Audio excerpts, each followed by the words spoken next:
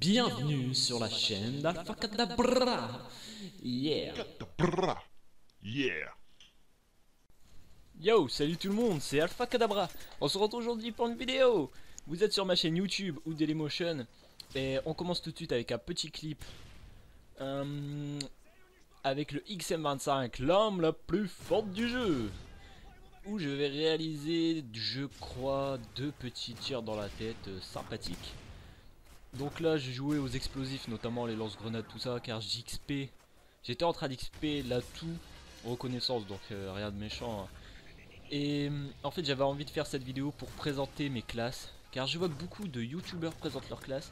Et moi aussi j'avais envie de faire ça, car je trouve que mes classes sont très bien organisées. Et c'est très important. Donc à tout de suite, on se retrouve pour ma présentation, et voilà. Voilà, on se retrouve donc pour la présentation de mes classes. Vous pouvez voir ici mon emblème, le FAD 500 Headshot.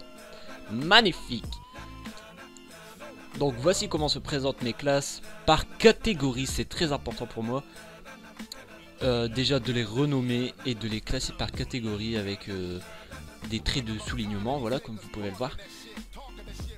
En premier j'ai donc mis assaut, la catégorie assaut, voilà, où j'ai mis plusieurs fusils d'assaut, ceux qui me plaisent le plus. Et en premier j'ai mis le FAD avec lequel j'ai fait 500 tirs dans la tête.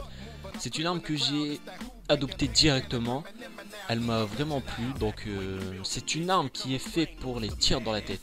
Une fois que vous visez autre part, laissez tomber, c'est pas ça du tout, c'est une arme très difficile à jouer, c'est une arme de merde, voilà, on peut appeler ça comme ça. Mais moi j'aime jouer avec des armes de merde. Donc je ne vous conseille pas cette arme si vous galérez avec un ACR par exemple. Donc voilà. À vous de voir. Le FAD est plus ou moins puissant une fois qu'on sait l'utiliser, hein, je vous le dis. J'ai donc mis le FAD en premier qui malheureusement n'est pas XP à fond pour l'instant. Je vous conseille les atouts suivants. Le fameux atout indétectable qui vous permet de rester invisible à l'ensemble des killstrikes vraiment dévastateurs de ce Modern Warfare 3. Vous avez les missiles Predator, les hélicos d'attaque qui sont particulièrement doués d'ailleurs, les Reapers, les AC-130, les Pavlos, tout ça c'est plus pour vous. C'est ça vous arrivera peut-être de vous prendre un missile Predator ou un coup de Reaper de temps en temps, mais comptez sur cet atout pour vous protéger en permanence. C'est très important de porter cet atout. Ensuite vous avez Assassin Pro. Franchement, que dire de plus sur cet Assassin Pro, si ce n'est qu'il est plus qu'utile, plus que tous les autres atouts sûrement, si vous êtes contre des joueurs qui savent jouer. Si vous êtes contre des joueurs qui sont carrément largués, alors là je vous conseille détermination, bonne gâchette ou n'importe quoi. Mais si vous voulez vraiment vous démerder face à des joueurs qui sont à un niveau plutôt bon, alors c'est Assassin qu'il vous faut.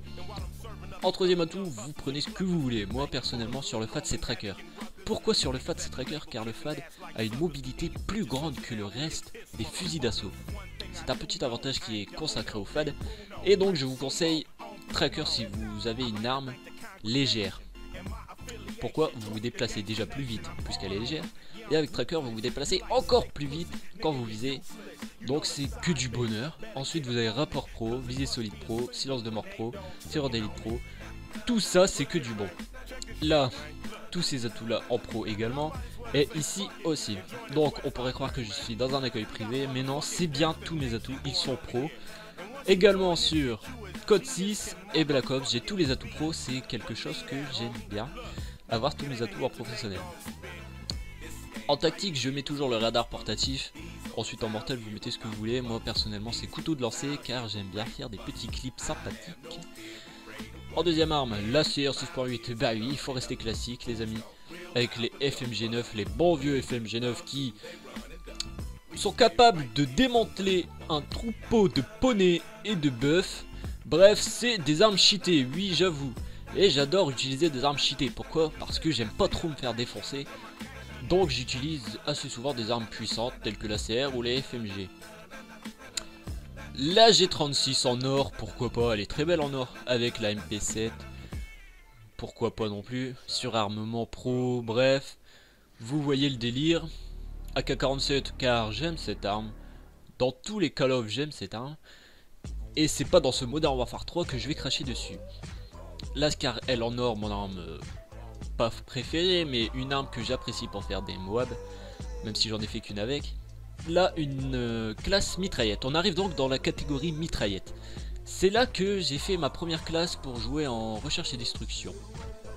J'ai donc mis un UMP 45 avec l'atout portée. J'ai mis indétectable pro pour ne pas me prendre des prédateurs en recherche et destruction, c'est très rageant.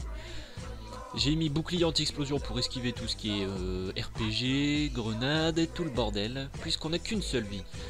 J'ai mis rapport pour être encore plus puissant face aux explosifs, notamment face aux Claymore, aux Betchy, tout le bordel, tout ça j'esquive. Et le Stinger car je n'ai pas assassin, et donc pour péter un drone c'est très efficace. D'ailleurs je l'ai niveau 10, et avec indétectable pro ça se verrouille très rapidement. C'est vraiment quelque chose de magnifique. La PP90, pourquoi?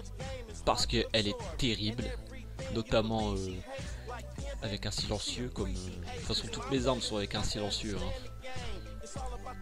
Elle est terrible avec un silencieux, mais attention, ce n'est pas une arme cheatée. Alors là non, je vous arrête. Elle est très difficile à jouer. Essayez de tuer quelqu'un de loin, vous allez chier une crotte aussi dure qu'un parpaing. Ça je vous le dis. Tandis qu'avec la MP7, c'est finger in the nose. Là c'est vraiment une arme qui est dite cheatée alors qu'elle est plutôt normale. Voilà. C'est vrai que de près elle arrache le slip, mais voilà. Sans plus quoi, sans plus. En deuxième arme, les Magnum Akimbo. Dans la classe, dans la catégorie mitraillette, pardon, j'ai mis des flingues. Car c'est très rapide d'utilisation, notamment pour les sortir, pour les recharger. Donc voilà. J'ai mis aussi la compétence corps à corps sur mes mitraillettes. Pourquoi ça? Pourquoi j'ai mis ça? Car je joue en tactique. Il m'arrive de faire des drop shoot comme tout le monde, de me mettre à couvert grâce à mon joystick. Et j'ai la mauvaise... comment dire ça? Je n'ai pas l'habitude du tout d'utiliser mon coup de couteau. Et je trouve que cet atout me donne un avantage. Donc dès que j'appuie sur rond, c'est vachement plus rapide que les autres qui eux appuient sur le joystick. Donc ça m'arrive de gagner des duels au couteau. Et ça c'est très rare. Par exemple quand j'utilise un fusil d'assaut. Et donc quand j'utilise une mitraillette j'ai un avantage. Voilà, j'utilise enfin mon couteau. Et ça me fait plaisir. Donc attendez, j'ai reçu un petit message. On va attendre qu'il... Voilà, petite dédicace au passage Alphata qui a copié mon pseudo. Ce n'est pas moi qui t'ai copié, enfoiré. Et le MSR, forcément il n'est pas XP car en ce moment je n'ai pas le temps de jouer au snipe. De toute façon sur mon autre compte j'ai déjà plusieurs snipes en or je crois, le Barrett et le L118. Donc je m'excuse mais j'ai une bonne excuse, ça rime. J'ai un autre compte où j'ai des snipes en or, voilà. Donc c'est ça mon excuse et j'espère qu'elle est valable. Avec le snipe forcément c'est bonne gâchette, tireur d'élite, visée solide, mettez ce que vous voulez. Ça fait toujours mal au cul quand on se prend une balle, quels qu'en soient les atouts. Et en dernier le fusil à pompe, le Space 12. Quoique ces derniers temps j'ai un peu flashé sur le KIG, même si les niveau 1 j'ai un peu flashé dessus. Et le Striker qui est pas mal. Donc voilà, j'espère que vous avez bien vu et entendu comment j'organise mes classes. Je vous conseille de faire pareil, c'est vraiment astucieux. En combat, vous ne perdez pas. Voilà, je vous conseille de renommer vos classes et de les organiser par catégorie. Donc, si cela vous a plu, n'hésitez pas à lâcher un petit j'aime, ça fait énormément plaisir à l'auteur de cette vidéo.